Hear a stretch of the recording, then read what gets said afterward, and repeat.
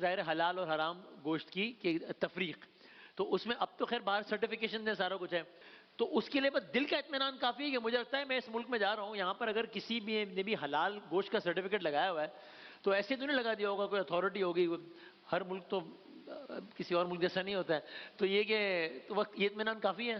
تو آسٹریلیا یعنی رہتے آپ ہیں یہ تو کہنا چاہ رہے ہیں کہ ہر ملک ایسا نہیں ہوتا کہ نیچے ملاوٹ ہو رہی ہو اوپر ھذا من فضل ربی لکھا ہوا ہو. یہ ہاں. اور جب میں بات کروں تو ایک ملک میرے ذہن میں آ بھی رہا ہے، لیکن میں نام لوں گا تو لوگ سمجھیں گے پاکستان کی بات کر رہا ہوں، اس لیے میں کہہ نہیں رہا پاکستان. جی صحیح، تو اس لیے آپ نے فقط نام لے کے اشارہ کیا.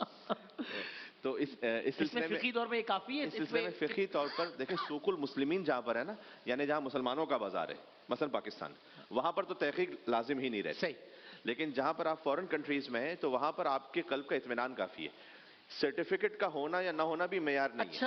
اچھا فرض کی کہیں سرٹیفکیٹ نہیں ہے لیکن آپ کو مجھے اطمینان پتا ہے، مجھے لگ رہا ہے کہ ہاں اس نے مجھ سے کہا کہ یہ حلال ہے اور مجھے اطمینان واقع آ گیا، صحیح تو ہے. کافی ہے میرے لیے. لیکن فرض کیجئے کہ کہیں پر سرٹیفکیٹ لگا ہوا ہے لیکن کوئی ایسا ہی کنٹری ہے جو آپ نے ابھی بات کی، تو پھر مشکل ہو جائے گا اور مجھے نہیں اطمینان آ رہا. فرض کیجئے کسی بھی وجہ سے، یا شاید کو ہو سکتا ہے کہ اس نے جو اتھارٹی ہے اس پر مجھے اطمینان نہیں آ رہا، کسی بھی وجہ سے ہو سکتا ہے. تو ایسی صورت میں قلب کا اطمینان ہے. لیکن عام طور پر جو سرٹیفکیٹس ہوتے ہیں نا اس میں اطمینان آ جاتا ہے. پہلی بات تو یہ. دوسرا یہ کہ جو شراب کی سرونگ کا مسئلہ ہے وہ جائز نہیں ہے.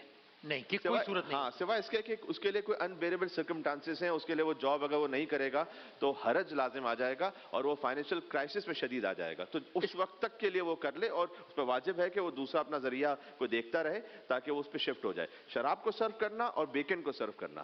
اچھا. ہاں، اگرچہ کہ وہ شراب کو نہ خود ظاہر پی رہا ہے نہ کہیں سے لا رہا ہے، لیکن شراب کے سلسلے میں جو میرے ذہن میں اس وقت ہے کہ 13 قسم کے افراد پر لعنت کی گئی ہے، یعنی اللہ کی رحمت سے وہ دور ہے. مثلا جو اسی نیت سے انگور کی کاشت کرے کہ محض میں نے شراب ہی کے لیے اس کو استعمال کرنا ہے. اچھا اتنا ڈیٹیل میں یعنی اس میں اس طرح سے ہے. اس کے بعد کوئی اس کو لے کر آئے، اس کی نقل و حمل میں شریک ہو، اس کو بنانے میں شریک ہو، اس کو سرو کرنے میں شریک ہو، تو سرو کرنا شراب کا اور بیکن کا یہ صحیح نہیں ہے. بالکل صحیح، بالکل.